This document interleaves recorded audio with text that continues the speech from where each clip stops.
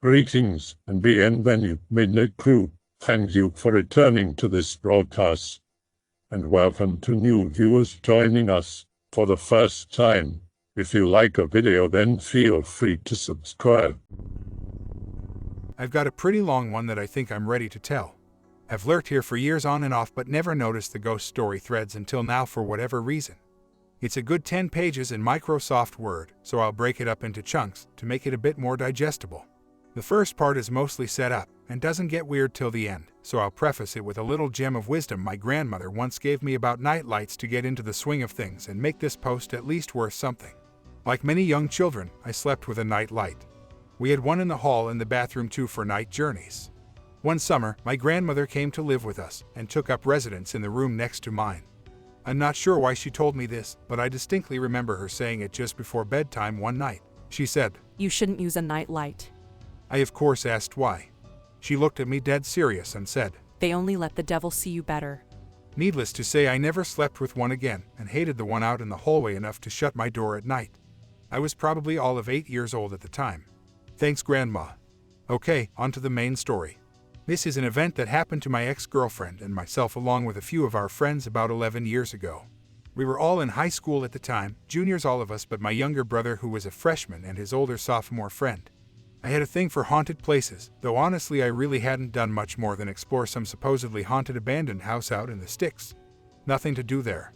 My girlfriend, we'll call her Katie for the sake of privacy, was also mildly into the whole paranormal thing, as were a couple of my friends and my younger bro, Mark.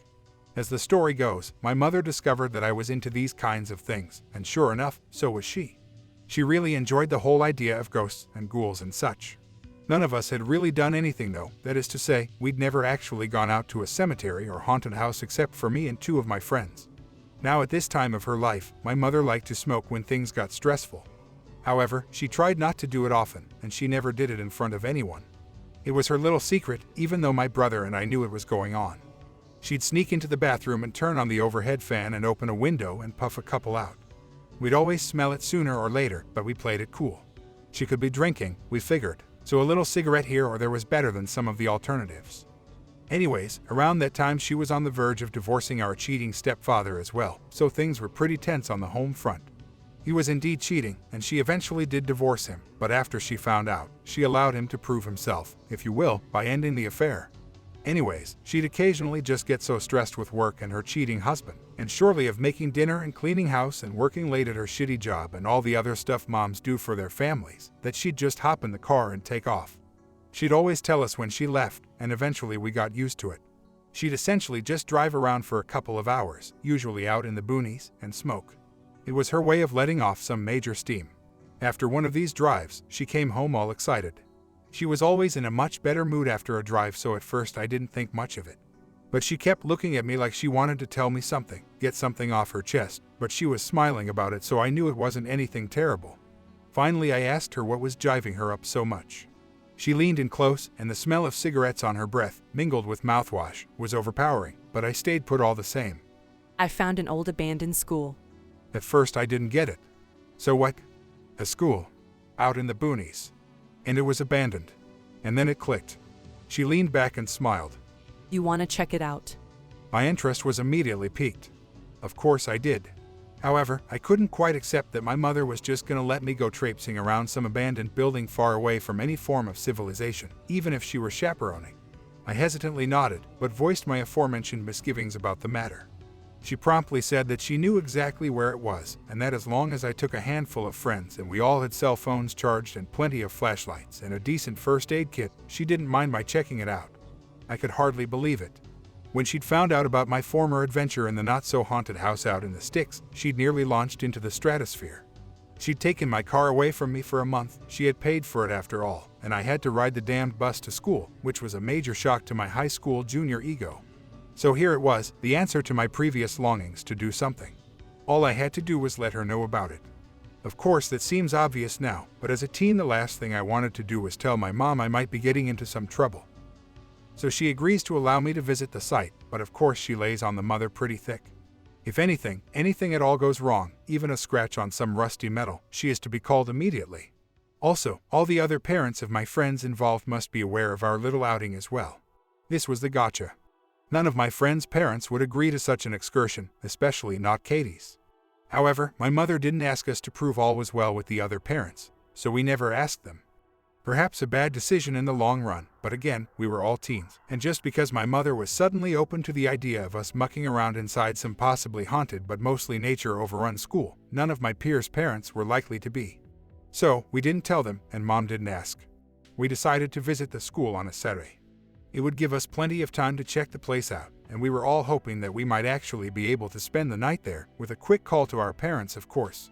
The plan was to all pile into the van of one of the guys coming along, Joe was his name, and head out around noon. We'd go eat lunch someplace first and then make our way out there, placing us at the school around 2 in the afternoon. This way, we figured, we could argue that we'd not had enough time, and we might as well stay the night, if we could. And of course we'd only really be calling my mother. I felt certain she'd let us stay as long as her rules were obeyed. We headed out, grabbed a quick lunch, and got to the place close to the designated time. All was well. My mother had been right when she said the place was way out there. There was nothing for miles around but cornfields dotted with thick tangles of woods. None of us could fathom why there would be a school so far away from anything.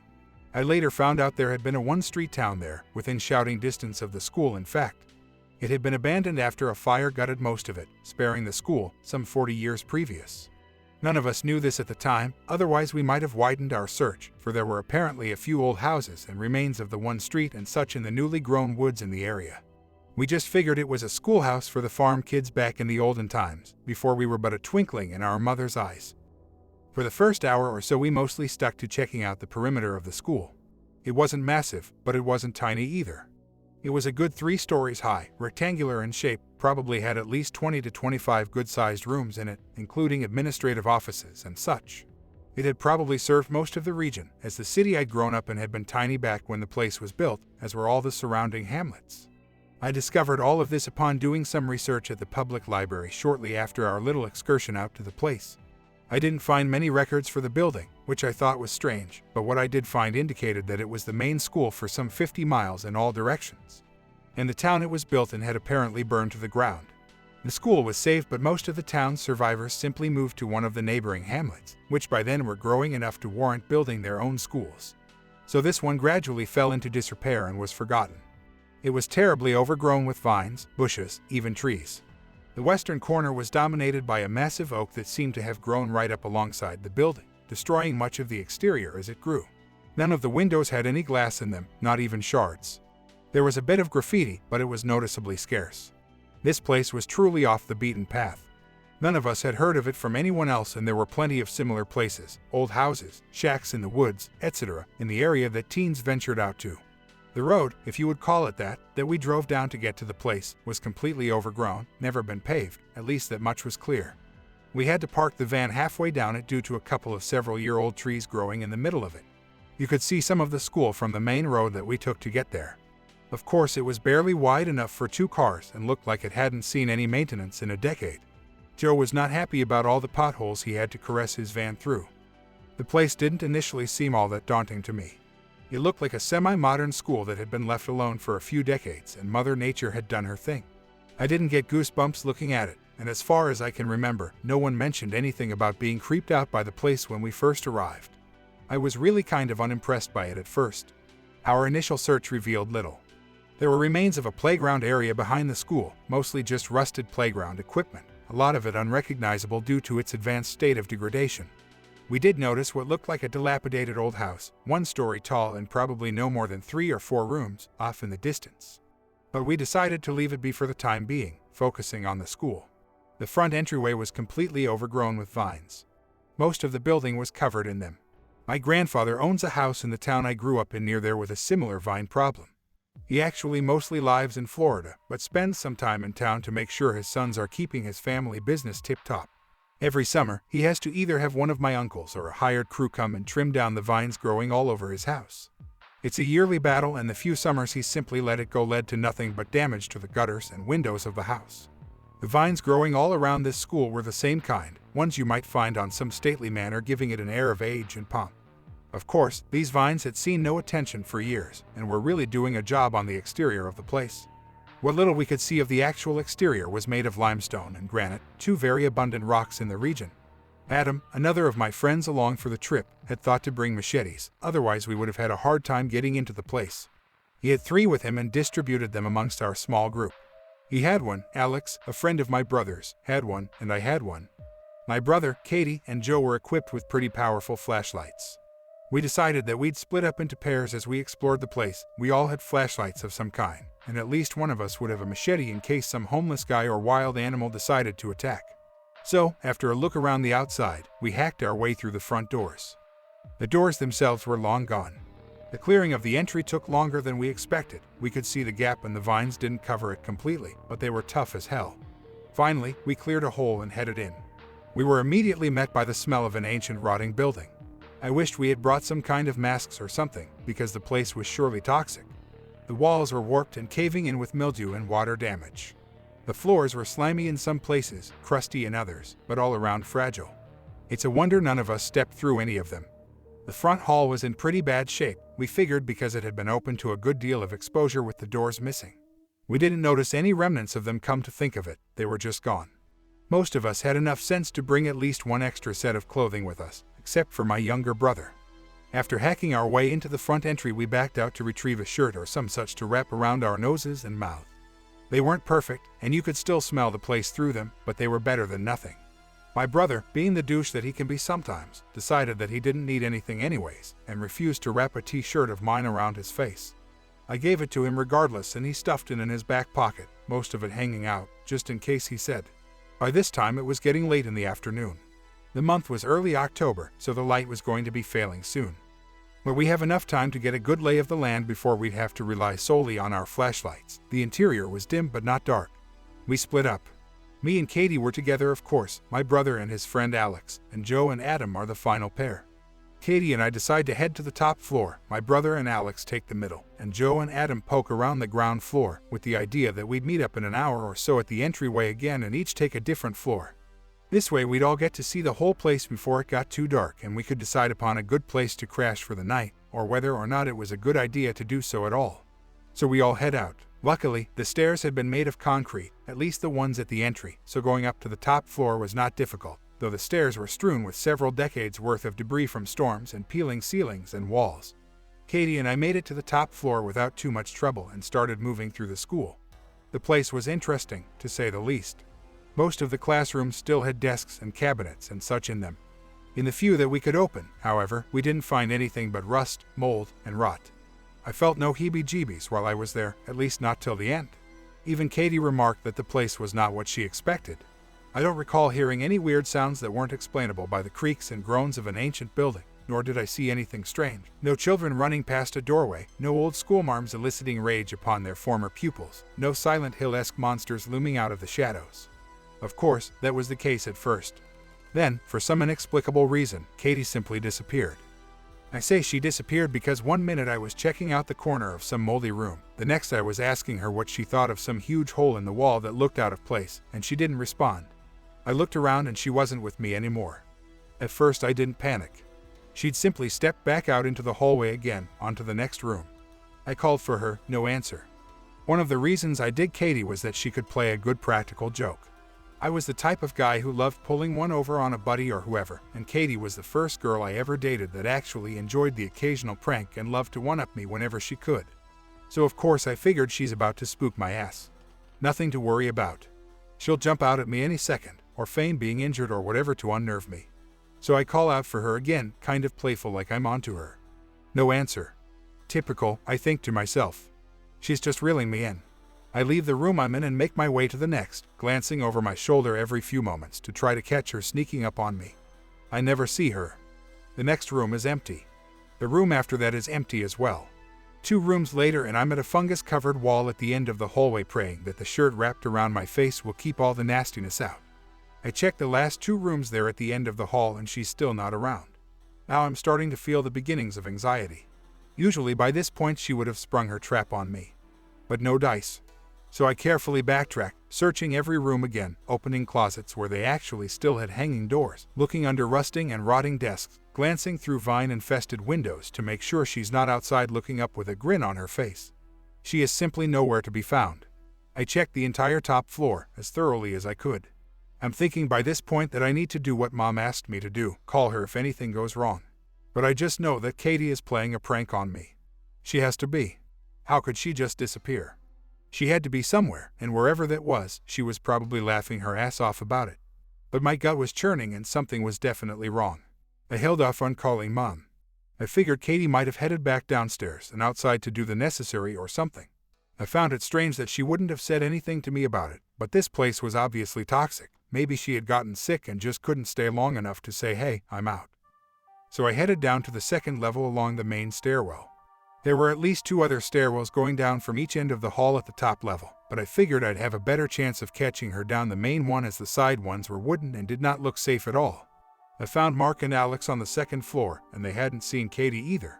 Neither of them looked like they were faking to prolong the prank, and Alex actually looked upset. I didn't take the time to ask him what was up and instead started shouting out Katie's name. By now I'm getting pretty worried and hoping to hell this better pan out as just one hell of a trick on her part. Still no answer. My brother and Alex and I all head down to the ground floor after a cursory look in all the rooms on the second floor, all pretty worried about Katie. After a few minutes of searching, we find Joe and Adam, and they seem to be pretty bored with the place. They ask what the other floors look like before we get a chance to mention Katie's disappearance. My bro and Alex just shrug while I blurt out, "Where's Katie?" They both look at each other and then back at me with blank stares. Joe starts to crack a grin and suddenly I feel better and angry all at once. Surely he's in on it and just can't hold it back any longer. He's about to tell me she's waiting in some closet somewhere close and I just have to keep looking so I can get the shit scared out of me by my girlfriend. The joke was going to be, after all, on me. He asks me if I'm kidding him. I freak out and say of course not. He doesn't get it and I suddenly get very angry. I'm confused and worried and this prick is seemingly playing around with me. I'd had enough of the joke and was about ready to pound his face. He suddenly realized I wasn't kidding around and got really pale, said he didn't know where she was, asked if I'd looked everywhere. Of course I had, I told him. But surely I had not. I realized that this place could have a basement. It was then that we heard the scream. It was like nothing I've ever heard before in my life. It was obviously Katie, but I've never before or since heard anyone scream in that kind of terror. It sent my body into animal mode. Every muscle tensed up, from my ass cheeks to the cheeks on my face. For a moment all any of us could do was stand there and listen to this banshee wail of a scream. It was petrifying. And then another came. And another. By the time Katie had screamed a third time I was on the move. Halfway down the main hallway I heard what sounded like a large heavy door slam shut. She must have screamed another half dozen times before I finally found her, at the bottom of a stairwell, a level below the ground floor, the entrance to the basement. Okay, I'll go ahead and post the last 2 parts.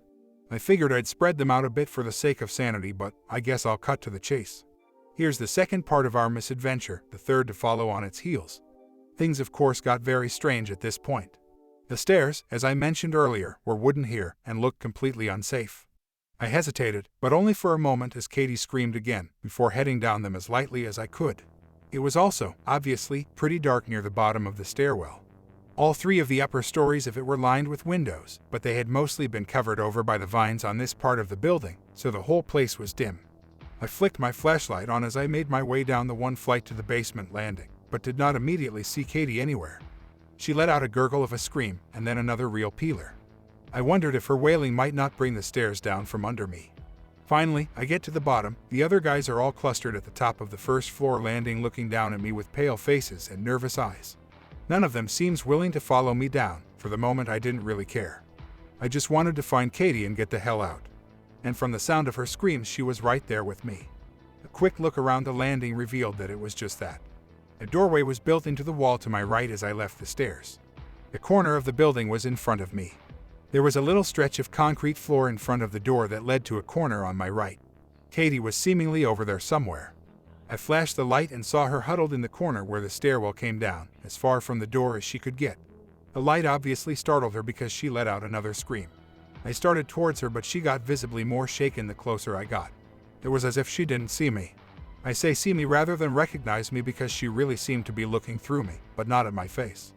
Clearly, though, she could see me approaching, so it was pretty unnerving. I slowly squat down next to her, and she's moaning the whole time, still looking through me and not at me. She starts slapping me and scratching me like some wild animal, screaming and kicking and lashing out. She knocked me on my ass and I went sprawling towards the door. Her eyes got really wide, like she was either finally recognizing me or something worse was going on in her head, and started moaning again. Her hair was a mess and her clothing looked like it had been torn and was filthy in places. So she is clearly out of her mind. Instead of approaching her, I start talking to her, telling her that it's just me, her boyfriend, that everything will be alright, that nothing is gonna hurt her, there's nothing to worry about. After a few minutes of this, she seems to calm down a bit, and finally stops looking through me and at me.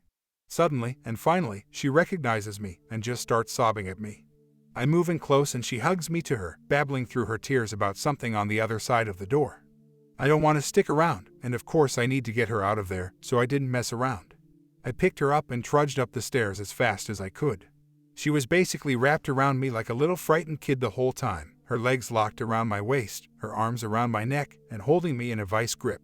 Finally, I get her to the top of the stairs, but she doesn't let go. I don't care and push my way through the guys just standing there, like they were statues frozen to the ground. A moment later, we're all outside in front of the place, the guys just standing around scratching their heads. My brother at least tried to help me comfort her, but she only moans and cries louder when he comes near, so they all just kind of backed off and left us alone for a moment. I managed to get her to lose her monkey grip on me and we sit down in the tall grass, her on my lap with her arms around me under my arms and her face buried in the nape of my neck. And still all she can do is sob and moan a bit.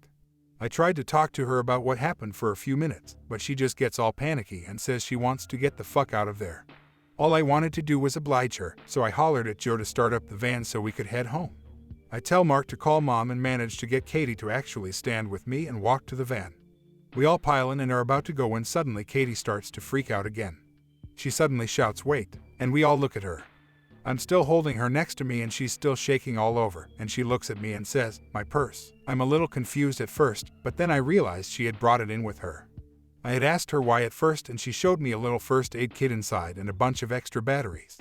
She had emptied out most of the other stuff she normally carried in it but still had her wallet inside. She had told me it was our survival bag with a wink, pointing out a couple condoms as well. At this point, I'm ready to leave the damn thing wherever she dropped it, because she clearly does not have it with her. She would have as well if her wallet hadn't been in it, I'm sure.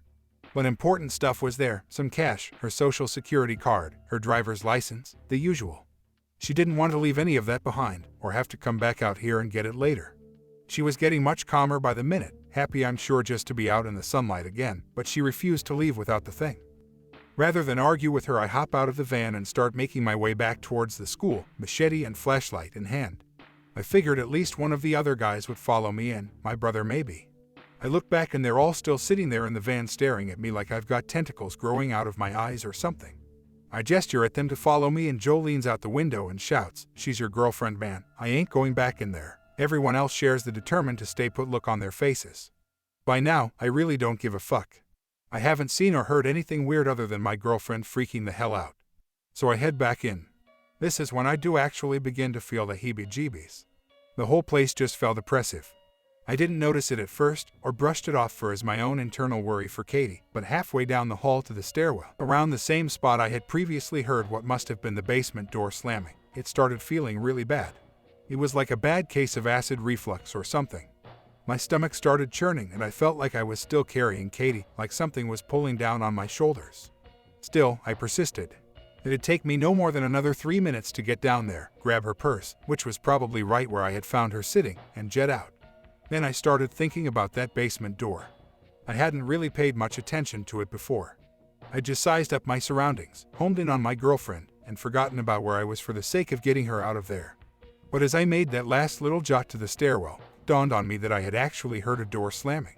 My mind started to wander, and I tried to place it into a nice snug little box of logic. Maybe a door down the other end of the hall had been blown shut, or on a higher floor. The thing is, none of the rooms that any of us investigated had any doors on them. There were of course large metal and wooden cabinets in most of the classrooms, so surely it had been one of them. But my brain still insisted that this had sounded like a large door, not a cabinet, being slammed shut. And of course, the only real door I had seen so far was the one in the wall of the basement landing. I don't really consider myself some kind of tough guy or anything. Never been in a fight, not even with my brother. I get scared just like anyone else I'd imagine. I can't stand deep water, even if I can see right to the bottom of it. In fact, that makes it worse. And spiders freak me out. But for whatever reason, I kept pressing on. Katie would not let it go if I left her stuff behind, and I'd likely have to make another trip out there to get it to make her happy. So I just kinda sucked it up and plowed forward.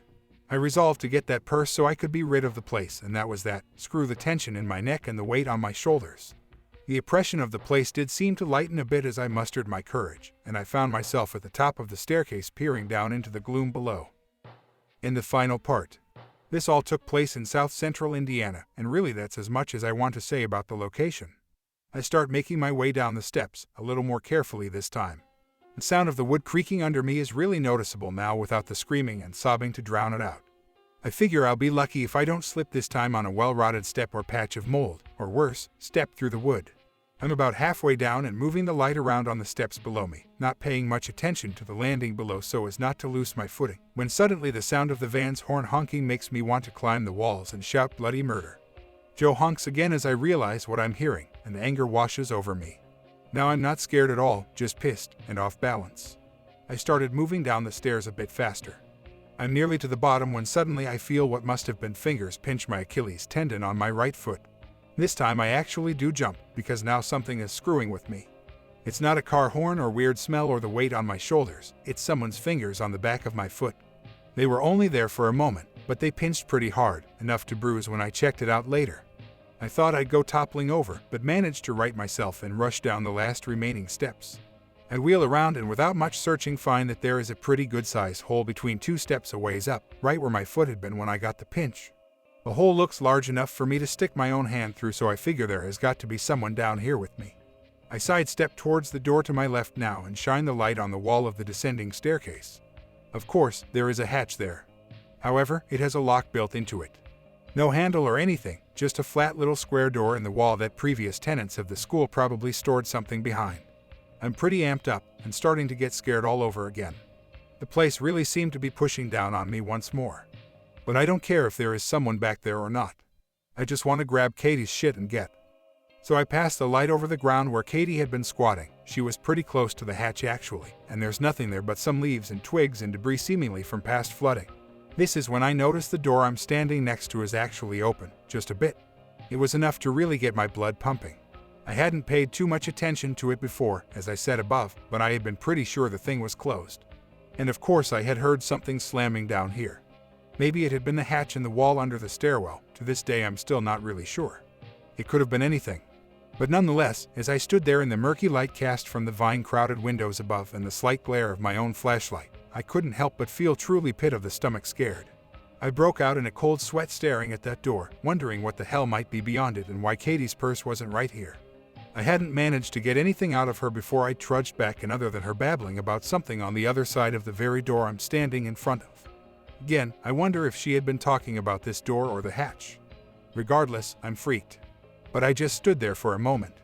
I still need to find her damned purse, and I'm not quite ready to give up. I'm just overreacting, I tell myself.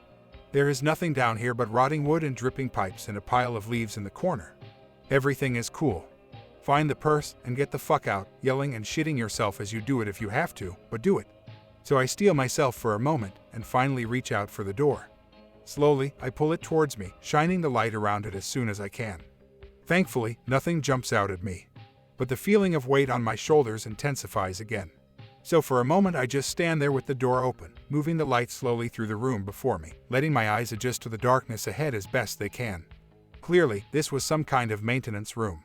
I see brooms against the far wall, an ancient mop bucket with a molding mop in it next to a huge porcelain sink covered in black cracks along one of the side walls to my left. To my right is a jumble of junk, a lot of it unrecognizable. The place looked like it had been inundated a few times, and I could only guess that the pile of stuff I was looking at was old decaying boxes of books. The place stank far worse than any of the other rooms we'd been in up till then. Without really thinking of anything but finding that damned purse, I move into the room quickly, shining my light to the left and right, ready for something to jump out at me. Nothing does. This is when I notice the light coming from under the door on the far wall. Either my eyes adjusted to the gloom, or someone or something had actually just turned on a light on the other side of that door.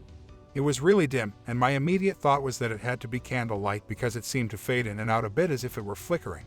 There wasn't a window in the door or anything like that. I of course flashed my light over on it. It was a large metal door, rusting pretty badly.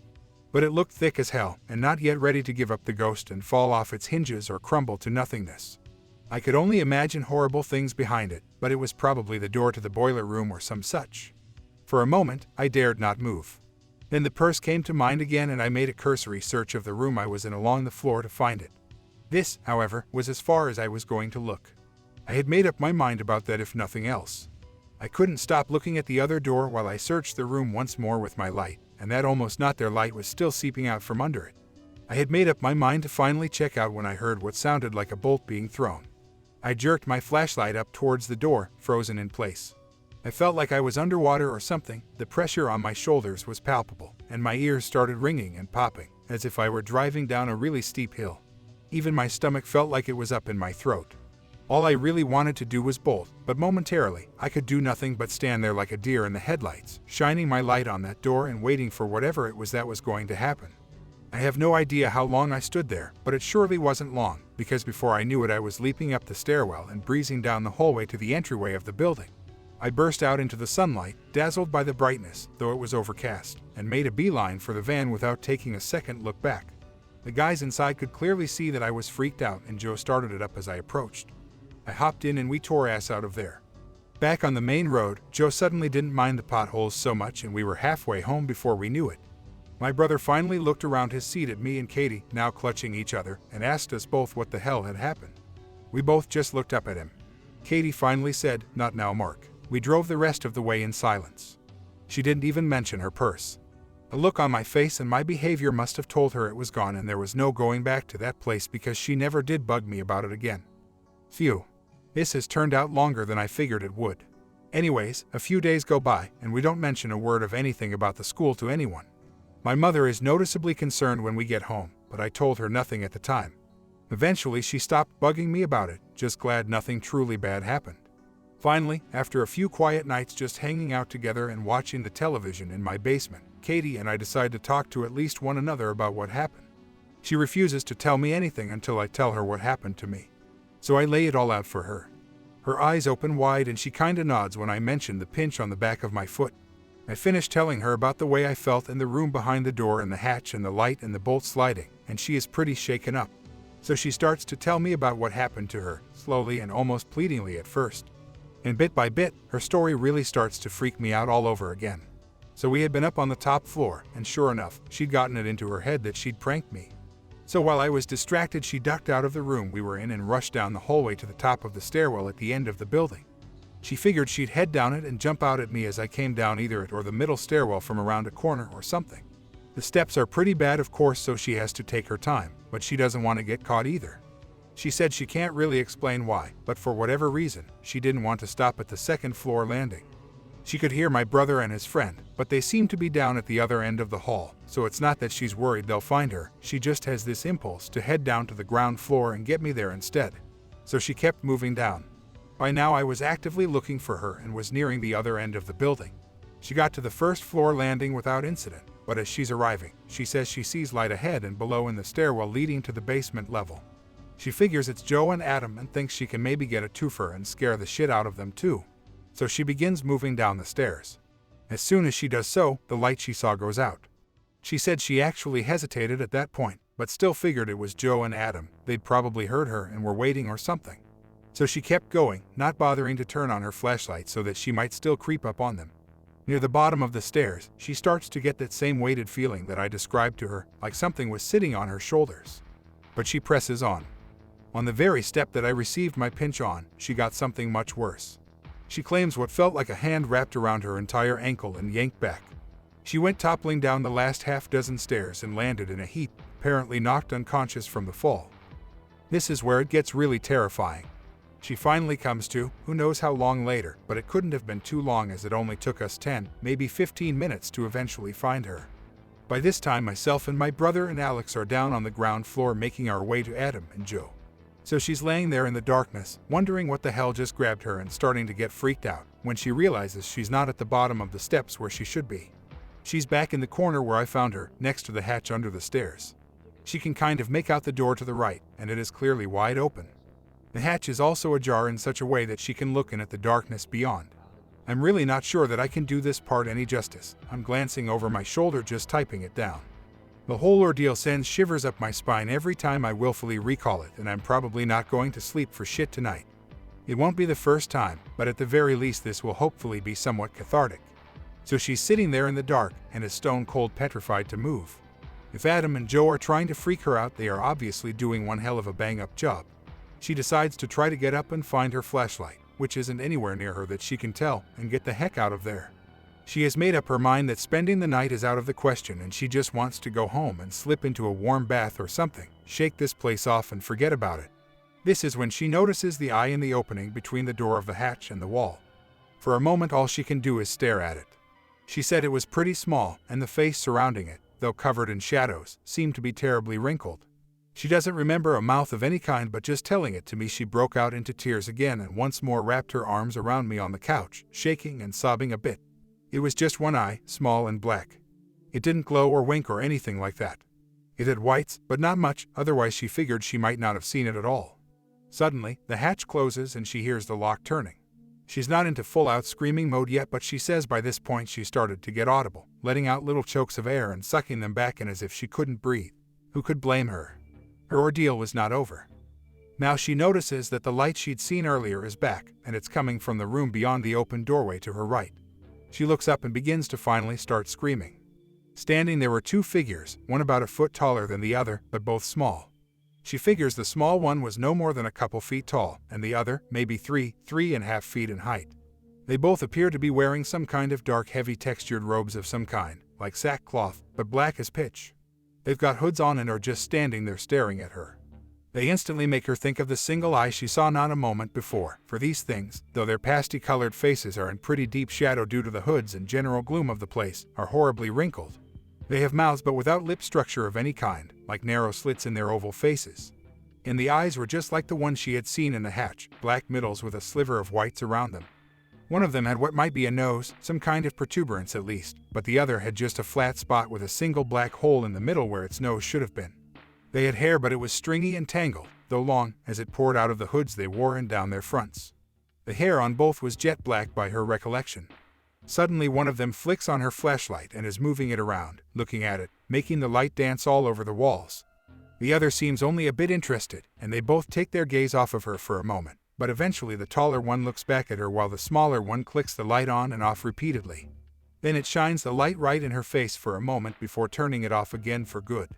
Of course, by this point, she can't hold back the screams any longer and starts really belting them out.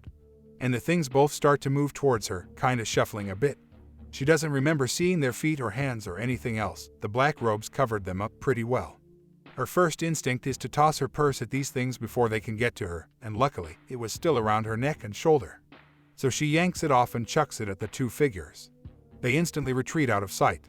She kind of curls up into a ball in the corner and plants her face in her knees and just screams, hoping to God one of us gets there soon. When I arrive with my light, she thinks I'm one of them again, which is why she started bashing me, but finally when I start talking to her realizes it's just me. She doesn't remember hearing the door in the basement slam shut. From there she doesn't remember much until she was back in the van, realizing that she had just flung her purse at these things in the doorway. She's not thinking clearly, and all her mind can latch onto is that she has to have her purse back.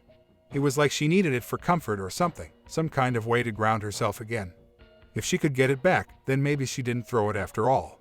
Maybe none of it happened and she just tripped on the way down the stairs and had one hell of a nasty concussion-induced nightmare. By the time I get back and she can see the way I look and that I have no purse with me, she just went into lockdown mode, like I myself did, for a few days straight. She claims that she actually had to make her mother let her sleep with her while her father slept on the couch for weeks after. They were pretty pissed with me and let me know about it every time I came over to pick her up or called asking for her. It's a wonder, I guess, that they didn't just keep us apart, but she seemed to be better around me. I knew I felt better around her, just being close to someone who had gone through something similar. As far as I know, she never told her parents what actually happened, or anyone else for that matter. I ended up telling my mother and brother, and he told his friend Alex, who let the other two guys in on what had gone down, but they didn't spread the story around to anyone else as far as I know. They were all pretty shaken up about it as well. We rarely spoke of that day and they never pushed me to tell them myself what Katie and I went through, thank God. The story mostly ends there. Katie later told me that she would occasionally wake up from nightmares where she could see the two figures coming at her from her closet doorway. I was really thankful that I had seen nothing of the sort myself, but still had my own similar nightmares. Over time, we grew apart and eventually broke up the summer before our senior year. We hung out a few times that year, but really, our previous comfort in one another seemed to just grow into a sense of dread. I hate to say that this thing pushed us apart, but I really think it did. She became really dejected and quiet, completely unlike she'd been before, and I just felt strange around her. It sounds cowardly, I guess, but I just didn't want to deal with it anymore and was the one to break it off. I felt like a huge jerk doing it, but like I said, our relationship had really soured in the months since going out to see the abandoned school. I have no idea what eventually became of Katie after high school. Hopefully she's well. I still have nightmares about whatever those things were, not so much lately, but for years they haunted me, as I'm sure they did her. Anyways, it feels kind of weird to get it off my chest. I'm not sure that I feel any better about it, but things have gotten better since then, so I shouldn't be too worried, I guess. So there it is, my long-ass creepy ghost story, or ghoul story, or whatever you want to call those things in the basement. I hope that you enjoyed tonight's broadcast. If you enjoyed tonight's story, then please subscribe to the channel, as more green texts will appear daily. A new broadcast will appear when the clock strikes midnight Central Time.